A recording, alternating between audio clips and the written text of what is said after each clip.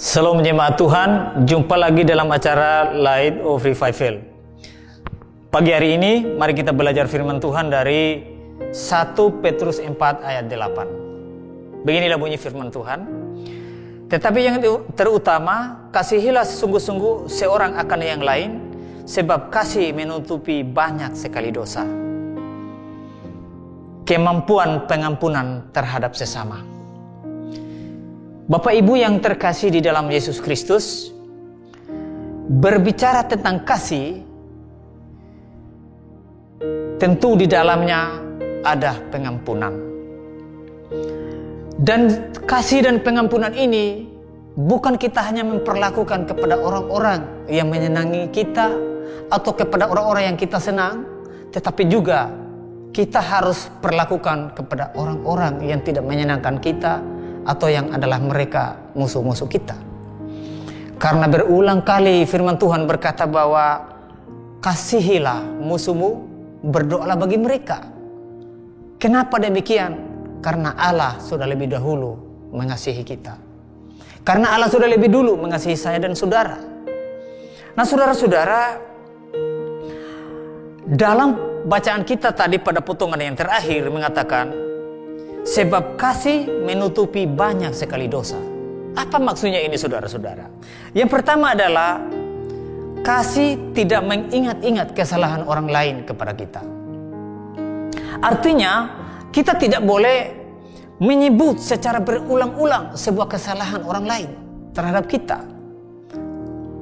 Karena mungkin kita tidak suka kepadanya, lalu ada kesalahan-kesalahan yang dibuat, lalu kita menyebut-nyebutnya. Jadi kita tidak boleh mengungkit atau menyebutkan kesalahan-kesalahan orang lain yang dilakukan terhadap kita. Dan yang kedua saudara-saudara, kasih membawa mereka dari kondisi yang hampir tawar terhadap firman Tuhan. Apa artinya di sini bahwa ketika kita melihat saudara-saudara kita, teman-teman kita, karena banyaknya penderitaan dan ujian hidup dalam kehidupan mereka, lalu mereka hampir saja pergi dari Tuhan. Saudara-saudara, kita harus menasihati mereka dengan kasih supaya mereka jangan meninggalkan Tuhan. Dan yang ketiga, kasih sebagai bukti bahwa kita telah diampuni. Nah saudara-saudara, sebagai orang-orang yang ditebus dari dosa, sebagai orang-orang yang kita sudah diampuni oleh Tuhan, kita juga harus mengampuni orang-orang yang bersalah kepada kita. Dan yang keempat saudara, kita tidak boleh memperlakukan orang lain secara negatif melalui kesalahan-kesalahan yang dilakukan. Nah saudara-saudara, ketika kita sudah mampu melakukan beberapa hal ini, maka kita telah mengampuni banyak sekali dosa.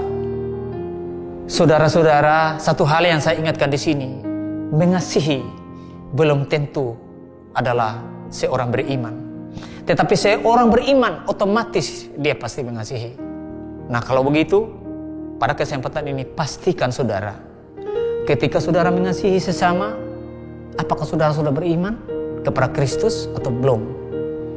Kalau belum, percayalah sekarang, karena tanpa iman kasihmu akan sia-sia. Kiranya firman Tuhan memberkati kita. Mari kita berdoa.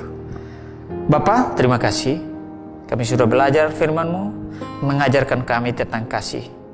Kiranya Tuhan, kuatkanlah kami, teguhkanlah iman kami, supaya ketika kami mengasihi, kami tidak mengasihi secara pura-pura, tetapi karena berdasarkan iman kepada Yesus. Di dalam nama Yesus kami berdoa. Amin. Baik jemaat Tuhan, kiranya firman Tuhan yang baru saja kita belajar boleh menjadi berkat bagi kehidupan kita dalam mengasihi sesama. Shalom.